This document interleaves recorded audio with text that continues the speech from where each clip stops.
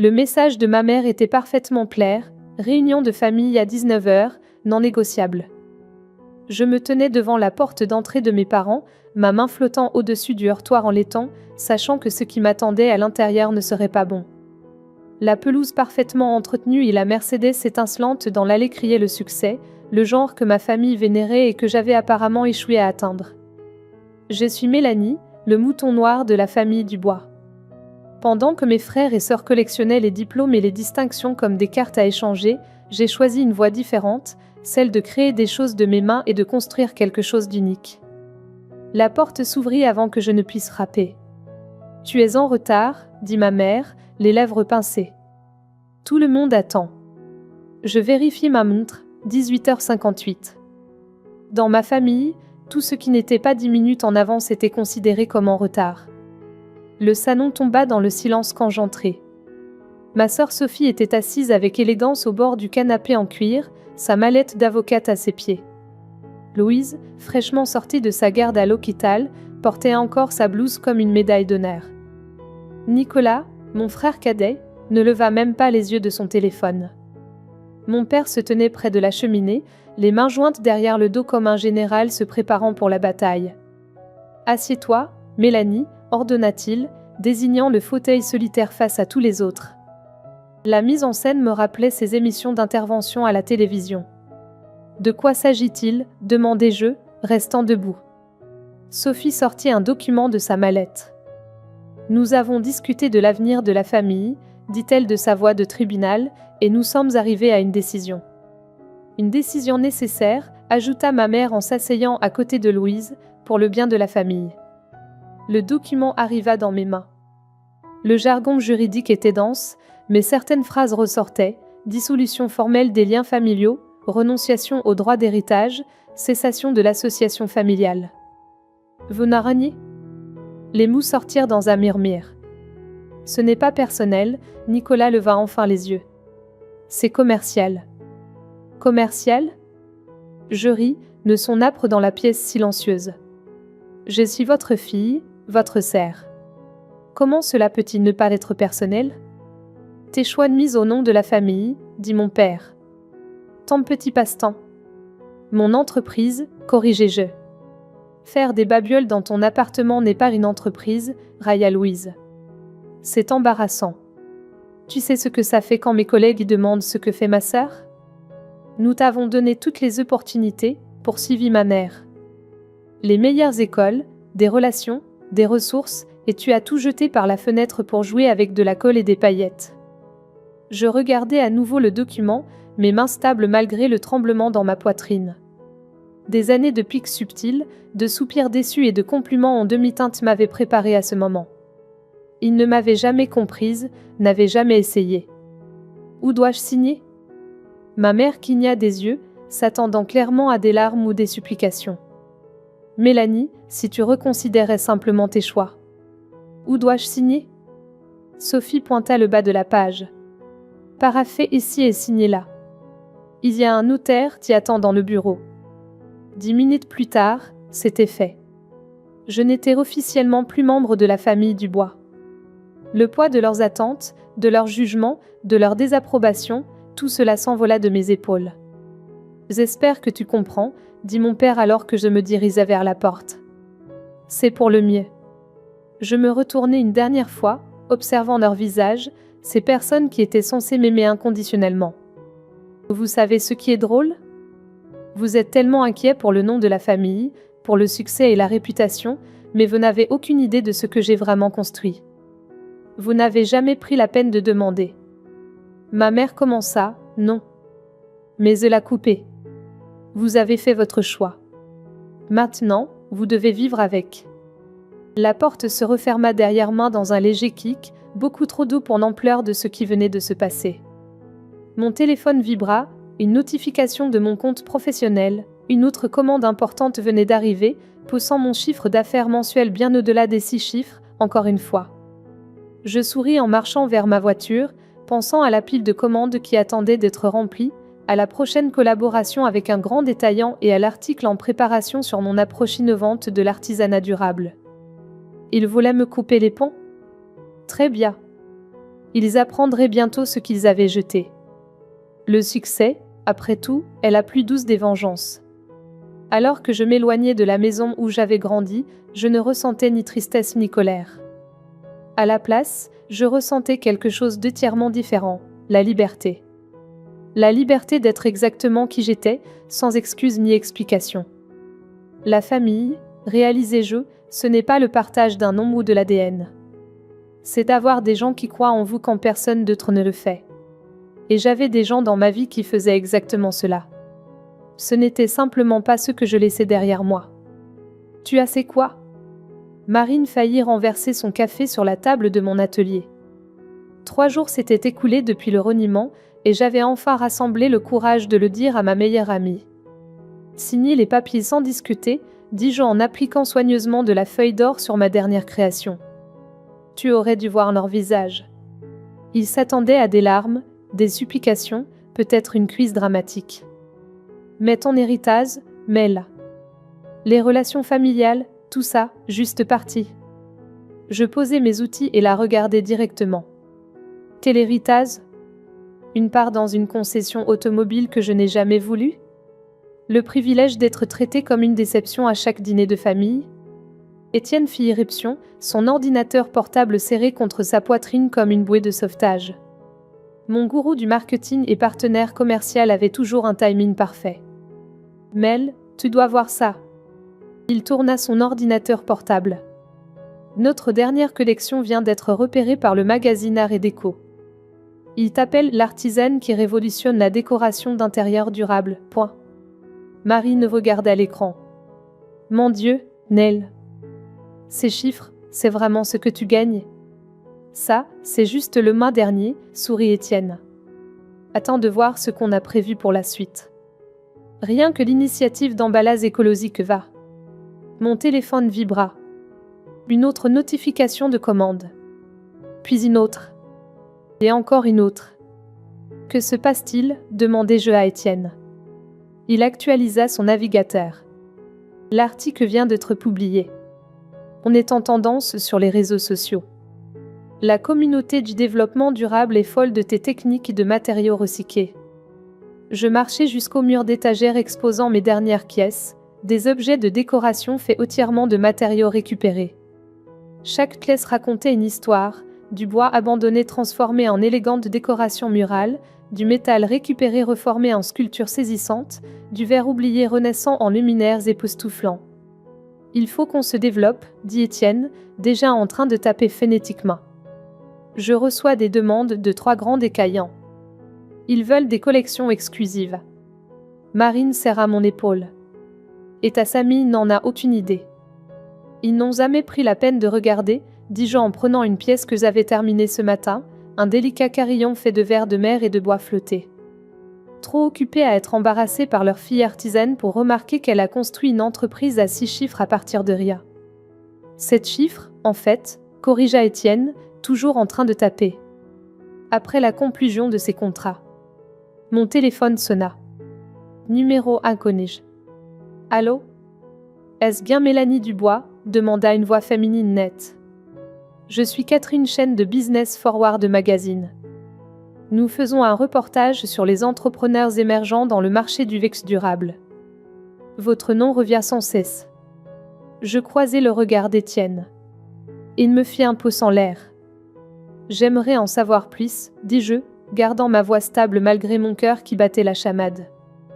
Nous sommes particulièrement intéressés par votre parcours, jeune entrepreneuse, approche innovante de la durabilité, croissance rapide. Seriez-vous ouverte à une interview ? Potentiel de couverture. Je pensais au visage de ma famille quand ils me verraient en couverture d'un magazine national d'affaires. Atselema. Qu'en pensez-vous ? Après avoir fixé l'interview, je me retournai pour trouver Marine et Étienne qui me regardaient fixement. Ploie. Business Forward, chuchota Étienne. Tu sais à quel point c'est énorme ? Leurs articles peuvent faire ou défaire des entreprises. Marine me serra fort dans ses bras. C'est ça, Mel. C'est ton moment pour leur montrer à tous. Je me dégageai et repris mes outils. Ya. C'est mon moment pour me le montrer à moi-même. et des commandes à remplir. Les semaines suivantes passèrent dans un tourbillon. J'engageai 3 assistants pour aider à la production, Étienne développa notre présence en ligne et négocia des contrats avec les détaillants, Marine m'aida à me préparer pour l'interview de Business Forward. Redis-moi encore ce qui t'inspire, dit-elle un soir en jouant au reporter. Je levai ma dernière caisse, un lustre fait de miroirs brisés et de fils de cuivre. Je vois de la beauté dans les choses brisées. Dans les morceaux que les autres jettent. Tout a du potentiel si on le regarde de la bonne façon. C'est ça, dit-elle doucement. C'est ce qui rend ton travail spécial. Tu ne fais pas que créer de jolies choses, tu racontes des histoires de transformation. Mon téléphone vibra avec un message d'Étienne, grand magasin veut rencontrer demain. Sois prête. Je regardais autour de mon atelier, autrefois un garage poussiéreux, maintenant un studio florissant. Les commandes s'alignaient sur les murs, des pièces à moitié terminées attendaient sur les établis, l'air sentait le vernis à bois et les possibilités. Tu sais quelle est la meilleure partie, dis-je à Marine qui admirait le lustre. Je fais exactement ce que j'ai toujours voulu faire. Ce qu'ils appelaient un passe-temps est maintenant en train de devenir un empire. En parlant d'eux, Marine hésita, tu as eu des nouvelles ? Pas un mot. Je repris mes outils. Mais ils le sauront bientôt. Tout le monde les saura. Le lustre captait le soleil couchant, envoyant danser la lumière fractionnée sur les murs. Comme Mazie, pensais-je, des morceaux brisés créant quelque chose d'une beauté inattendue. Il est temps de se remettre au travail, dis-je en prenant un autre morceau de cuivre récupéré. Ces commandes ne vont pas se remplir toutes seules. La voilà. Catherine de Business Forward se précipita vers moi, ses talons claquant sur le sol du studio. Notre fille de couverture. Elle me mit le magazine dans les mains. Mon visage me regardait, entouré de mes pièces les plus complexes. Le titre disait « La reine du luxe durable, comment Mélanie Dubois transforme les déchets en trésors ». La réponse a été incroyable, s'extasia Catherine. Les réseaux sociaux explosent, 3 grandes chaînes veulent des interviews. Étienne fit irruption en agitant son téléphone. Mail, le site web s'est écrasé à cause du trafic. On a des listes d'attente qui se forment pour chaque pièce, et ce grand magasin, ils ont doublé leur offre initiale. Je passai mon doigt sur la couverture du magazine, peinant encore à croire que c'était réel. L'article détaillait tout, mon processus créatif, mon modèle commercial, la croissance des revenus. Tout sauf le rejet de ma famille. L'émission du matin a appelé, continua Catherine. Il voulait lundi matin, créneau principal. Mon téléphone s'alluma avec un message de Sophie, mon premier contact avec la famille en 2 mois. Nous devons parler. Birzum. Acer de Sanille. Je montrai le message à Marine, qui organisait tranquillement les commandes dans un coin. Drôle comme tu redeviens soudainement de la famille, marmonna-t-elle. Un autre message arriva, cette fois de Louise, vu le magazine. Pourquoi tu ne nous as rien dit ? Appelle-moi vite. Ignore-les, dit Étienne en jetant un coup d'œil à mon téléphone. On a des choses plus importantes sur lesquelles se concentrer. Le collectionneur de Singapour veut commander 3 pièces sur mesure, 6 chiffres chacune. Catherine s'éclaircit la gorge. En parlant de chiffres, Forbes s'intéresse à vous inclure dans leur liste des 30 moins de 30 ans. Les notifications continuent d'arriver. Nicolas, maman est bouleversée. Tu devrais l'appeler. Puis mon père, nous devrions discuter de ta récente publicité. Votre histoire inspire les gens, dit Catherine, inconsciente du drame familial. Jeune entrepreneuse qui refuse de suivre la voie conventionnelle, prouve que tout le monde avait tard. Ça résonne, particulièrement l'aspect durabilité. La vidéo de vous collectant des matériaux sur les sites de démolition est devenue virale, ajouta Étienne. Les gens adorent voir le processus de transformation. Mon téléphone vibra à nouveau, cette fois ma mère, dîner de famille dimanche 19h. Nous avons beaucoup à discuter. Marine lut le message par-dessus mon épaule. Tu n'y vas pas, n'est-ce pas ? Je posai le téléphone et pris un morceau de verre de mer, le tournant dans mes mains. Tu te souviens de ce que tu as dit à propos de mon travail, Marine ? À propos de voir la beauté dans les choses brisées. Mel, non, et ne mérite pas. J'y vais, la coupe est jeu, mais pas pour les raisons qu'il pense. Le reste de la semaine fut un tourbillon. L'interview à l'émission du matin devint virale, les commandes affluaient plus vite que nous ne pouvions les gérer. J'engageai 5 assistants supplémentaires et louai un espace de travail additionnel. Regarde ces chiffres, dit Étienne pendant notre réunion du vendredi, tablette tendue. On a dépassé nos projections annuelles en seulement 2 mois. Le marché du luxe durable ne peut pas avoir assez de ton travail. La liste d'attente pour les pièces sur mesure est de 6 mois, ajouta un de mes assistants, même avec les prix premium. Je hochai la tête, n'écoutant qu'à moitié, le dîner de dimanche occupant mon esprit. Puis mon téléphone s'alluma avec un email qui changea tout. Mon Dieu, murmurai-je. Étienne leva les yeux. Ploie. Le musée d'art moderne, ils veulent présenter mon travail dans leur prochaine exposition sur l'art durable.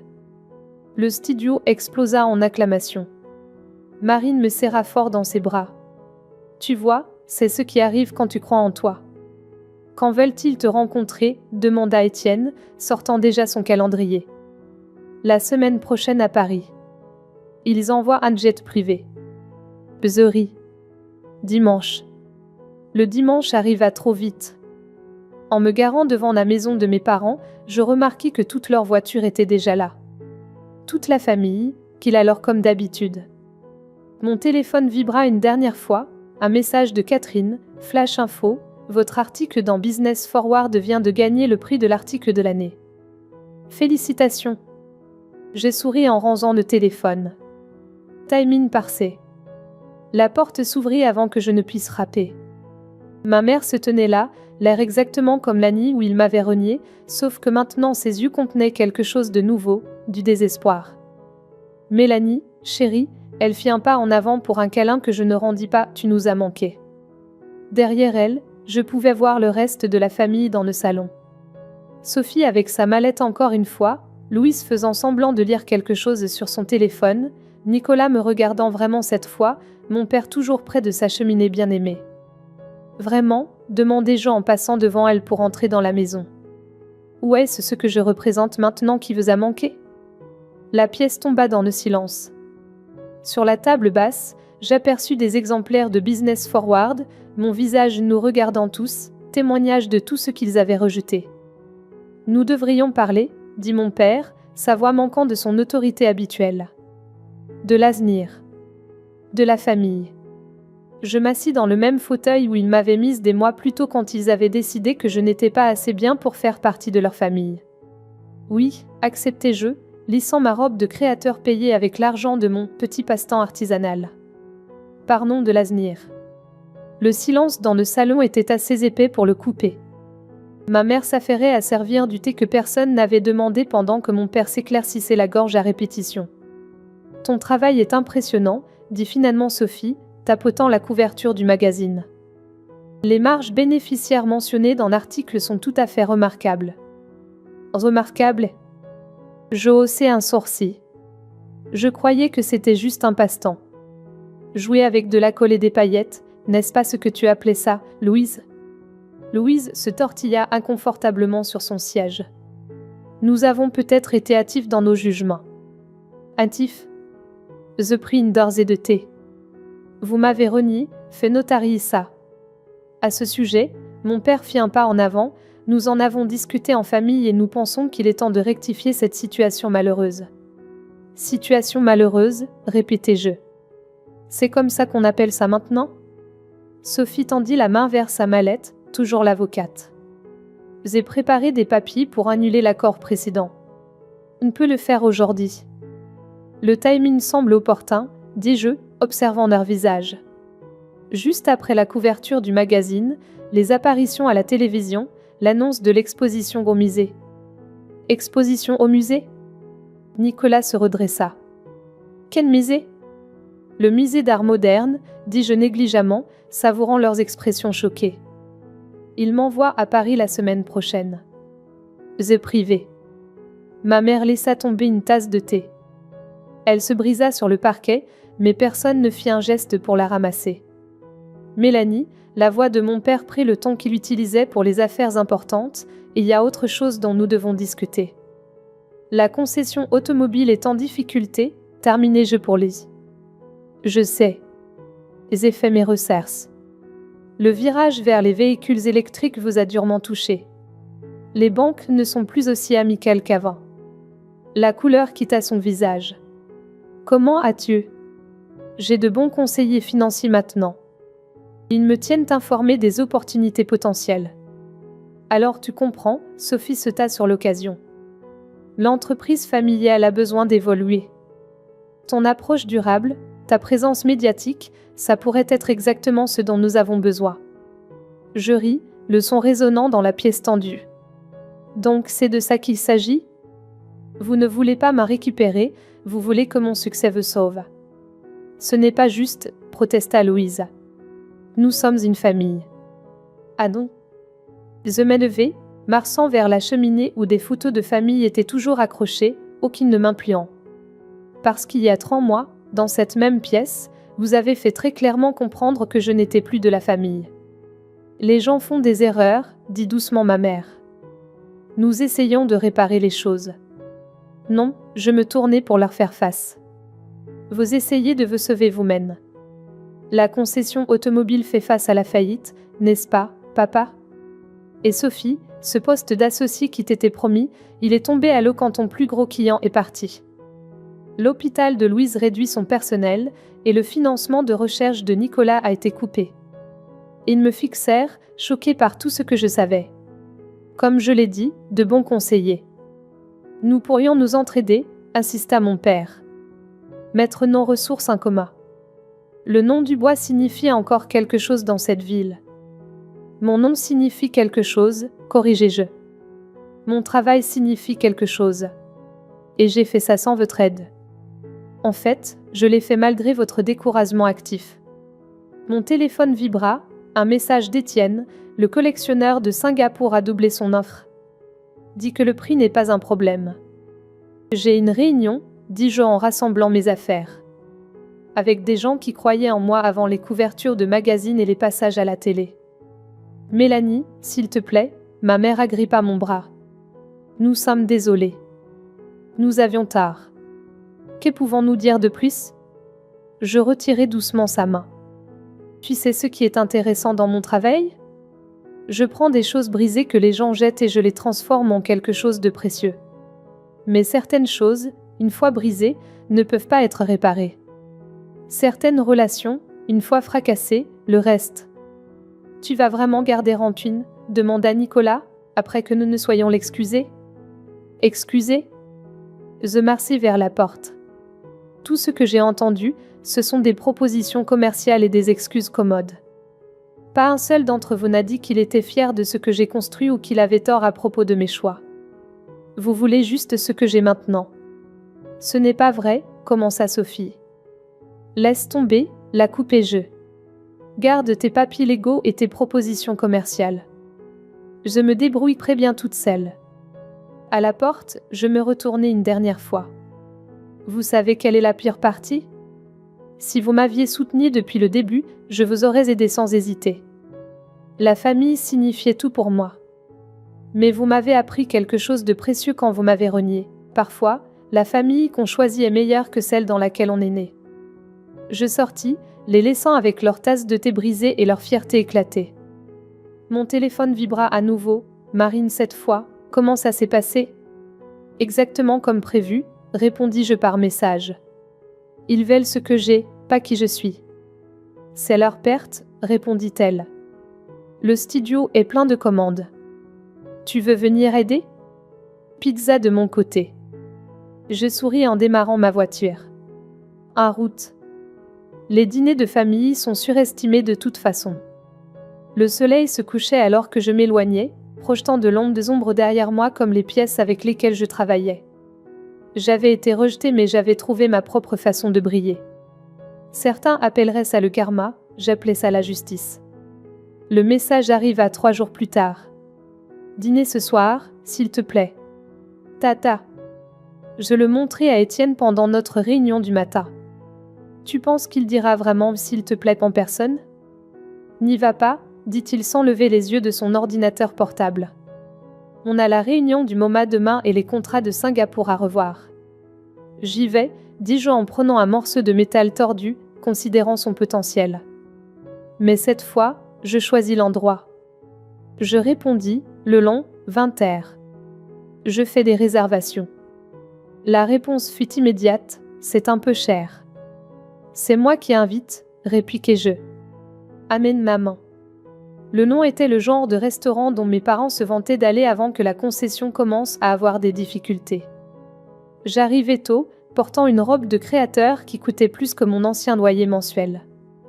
Ils entrèrent pile à l'heure, l'air mal à l'aise. Le maître d'hôtel me reconnut immédiatement. « Mademoiselle Dubois, votre table habituelle est prête. » Le chef envoie ses salutations et demande si vous souhaitez le menu dégustation spécial qu'il a préparé. Les yeux de mes parents s'écarquillèrent. J'ai souri. « Ce serait adorable, Thomas, merci. » Une fois assis, mon père s'éclaircit la gorge.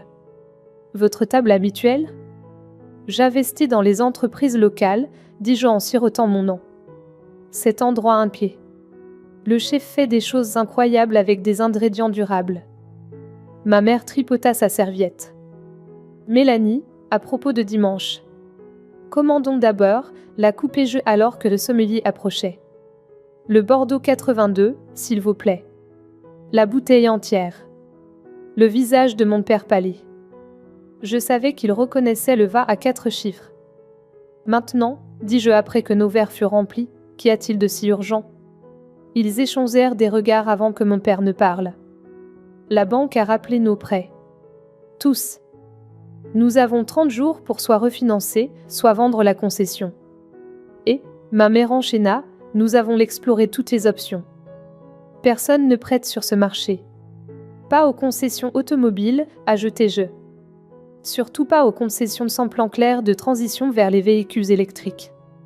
Le premier plat arriva, de minuscules œuvres d'art sur des assiettes immaculées. Mes parents touchèrent à peine au l'air. « Nous avons besoin d'aide », dit finalement mon père, les mots semblant lui faire physiquement mal. « Ton aide. » Financière, clarifiai-je. Pas de réconciliation familiale ? Les deux, insista ma mère. Nous avions tort, Mélanie. Tellement tard. En voyant ce que tu as construit, ce que tu es devenu. Ce que je suis devenue. Je posai ma fourchette. Je suis exactement qui j'étais il y a 3 mois. La seule différence est que maintenant j'ai de l'argent et de l'influence. Le deuxième plat arriva. Mon père n'avait toujours pas touché au premier. Nous ne demandons pas que de l'argent, dit-il. Nous voulons fusionner les entreprises. Ta vision, ton approche durable, ça pourrait révolutionner la concession. Véhicules électriques, pratiques écologiques. Et sauver le nom de famille, terminai-je. C'est de ça qu'il s'agit vraiment, n'est-ce pas ? Ma mère tendit la main vers la mienne. Je la laissai la prendre, observant son visage. Nous perdons tout, Mélanie. La maison, l'entreprise, notre réputation. Comme j'ai perdu ma famille, elle retira sa main. Le plat principal arriva, du bœuf wagyu parfaitement cuit. Le chef s'arrêta personnellement pour vérifier. Tout est parfait, Antonio, l'assurai-je. Le nouveau menu durable et brilla. Après son départ, mon père se pencha en avant. Combien ? Pardon. Pour sauver la concession. Combien avait-il ? Je ris, le son attirant les regards des tables voisines. Vous ne comprenez toujours pas. Il ne s'agit pas d'argent. Il ne s'est jamais agi d'argent. Alors que veux-tu ? Demanda-t-il, la frustration perçant à travers sa façade soigneusement maintenue. Je voulais que vous m'aimiez pour qui je suis, dis-je doucement. Je voulais que vous soyez fiers de moi avant les couvertures de magazines et les passages à la télé. Je voulais une famille qui voyait ma valeur son symbole de la rattacher. Le dessert arriva, une création spectaculaire de sucre filé et feuilles d'or. Ma mère commença à pleurer silencieusement. Nous pouvons changer, chuchota-t-elle. Nous pouvons être meilleurs. Je fis signe pour l'addition. Peut-être que vous le pouvez, mais voilà le truc, je n'ai plus besoin que vous le soyez. Je n'ai plus besoin de votre approbation, de vos relations ou de votre nom. J'ai construit quelque chose de beau à partir de ce que vous avez jeté. La note arriva. Je tendis ma carte noire sans regarder le total. Donc c'est tout, demanda mon père. Tu vas laisser l'entreprise familiale mourir? Nous laisser tout perdre? Je me levai, lissant ma robe. Vous m'avez appris une leçon importante quand vous m'avez renié, les affaires sont les affaires. Ce n'est pas personnel. Mélanie, s'il te plaît, commença ma mère. J'ai un vol tôt pour Paris demain, la coupe et je. Le musée envoie une voiture à 6 heures. Profitez du reste de votre dîner. C'est déjà payé. Je sortis du nom, les laissant avec leur nourriture froide et la réalité plus froide encore. Mon téléphone vibra. Marine demandant comment ça s'était passé. Ils ont finalement dit s'il te plaît, répondis-je par message. Dommage que ce soit pour les mauvaises raisons. L'air nocturne était frais sur mon visage alors que je me dirigeais vers chez moi. Demain, je discuterai de mon art dans l'un des plus grands musées du monde. Ce soir, j'avais laissé mes parents avec l'addition qu'ils n'avaient jamais vu venir, le véritable coup de jeter une famille pour les apparences. Ils ont offert quoi? Marine faillit tomber de sa chaise dans ma suite d'hôtel parisienne. 20 millions, répétai-je, fixant toujours le contrat que les avocats de maman avaient présenté pour une installation permanente et un rôle de conseil sur leur initiative d'art durable. Mon Dieu, chuchota Étienne en faisant les 100 pas dans la pièce. Et ça n'inclut pas les contrats de Singapour ou les contrats de détail. Mon téléphone vibra. Sophie encore, papa rencontre les avocats de la faillite demain.